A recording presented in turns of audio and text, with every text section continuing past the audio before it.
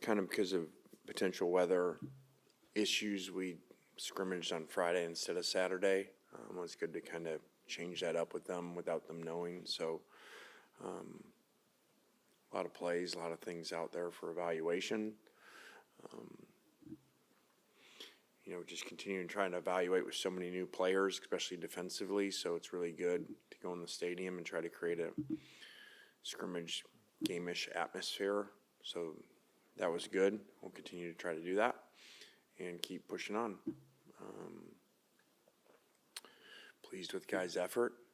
Worked a lot on tackling today and different drills and full pads, and they did a really good job. So excited about this group and continuing to work with them. Lane, it seemed like last week you kind of expressed some concern over the secondary, just saying that you'll have a lot of work to do. Just what does that specifically, from your vantage point, kind of entail? Is it more just the personnel that's there now, or just, the offense, defense type thing? Well, there's some injuries there with some guys not practicing, so that's part of the concern too. So there's just not a lot of numbers there, and certainly not much experience playing. So it's just something we'll have to work through and continue to push guys, and hopefully as these guys, a couple guys come back from injuries, it'll look better. I don't know whether you followed the court case proceedings yesterday in California, but I'm curious how, if at all, you're able to sort of plan for how you're going to go forward in the next few weeks and months with rev share and NIL, not really knowing what that ruling may or may not be. Yeah, good question. But I mean, it's kind of like giving a game plan, for the game Saturday. It's pretty strategic. I think different people are doing different things, so I can't really get into that. But it is just a continuation of a very complicated system, and even more now that you don't even know exactly what the rules are or cap or when that is going to start. And there's even rules within when her judgment does, and certain parts are supposed to start at that point. So I don't think anybody knows the exact answer what to do. I think people are just doing different things. How frustrating is that? I mean, obviously, I'm going to ask you to give away your strategy, but there's a chance that your strategy could end up being wrong, obviously, because you're operating in the dark. How frustrating is that, knowing that things could change dramatically? Yeah, there's a bunch of different options of how to do this that different people are, and there's some risk in there too. So yeah, it's really not ideal, but it is what it is, and it's very complicated actually. The answers within there of what to do, and then if it does or doesn't go through, and which parts do, and potentially people could be in really tough situations if they choose A or B of those options, and then it doesn't go through.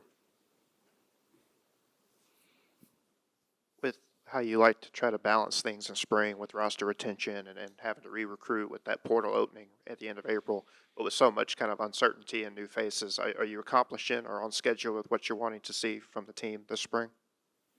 Yeah, we're seeing a lot. There's some injuries that I wish we'd have some better evals on, including a couple new guys that haven't done anything. But again, there's so much unknown on that part of, the portal coming and the judgment, but just the portal alone. And you're always concerned of your own guys also. I think we are fortunate that a while back when that SEC rule was made, that was a really good decision, because I think all coaches are concerned this time of year of their own players, and that would obviously have really set up a bad system of eating their own, and not just eating their own, driving prices up.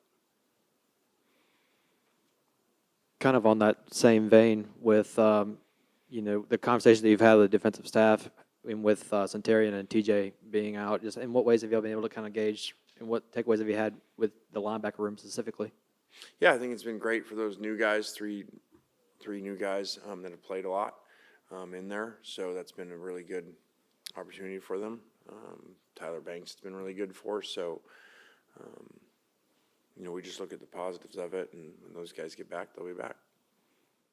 On the California case, not asking for details, but who do you strategize with? Is that something you talk about with Keith and like keep it in house, the strategy, or are you sending out feelers to retired coaches or friends in the coaching world?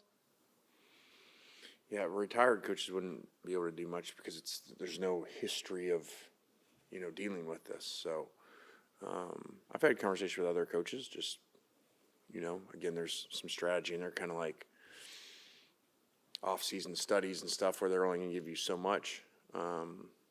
But then Keith Walker, Billy, our GM, there's a lot of conversations in there strategically.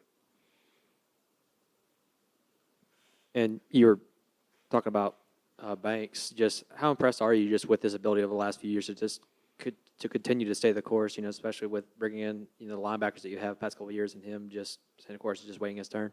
He's a great story. Great job by his parents, raising him. And now when nobody just, for the most part, stays when it doesn't go exactly their way, he's rare to have played special teams, played some defense, but not, start like he's wanted to and stay all the way through like this. It's a really rare story nowadays. And it's really goes into, what there were benefits of the system for the players. There's major costs for the system, and staying places and continuing to get better in systems and seeing things through, and going there and graduating from where you started, now it's just, rare. And it's rare in our sport. Now, certainly what's going on in basketball, it's extremely rare. So, can this actually really be good?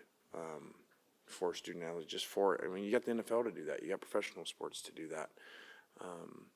So there's some really good stuff for the players, but I think there's much more cost to the player that they don't know because they're just so excited to have money, and then that's going to solve everything in life, they think. So I think down the road we'll see that there's a lot of problems that are going to come out of this system and just jumping around all the time for the next paycheck.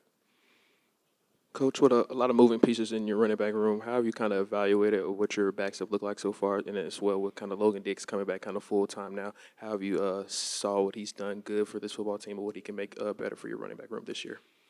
Yeah, I think Logan's done a really good job. I think last year he never got healthy, even in the end when we played him in the bowl game. So that's been good for him to have an off season. He looks more comfortable playing without a brace. Keywan's done a good job transition coming over, and we've added some other guys there, to create competition, which has been good. I think we're getting him here in a little bit, but Caleb Odom, just what have your impressions of him been since he got here?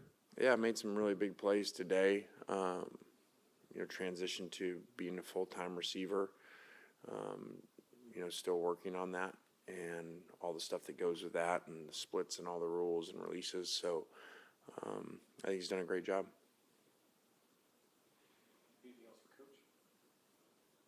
All right, guys, thanks.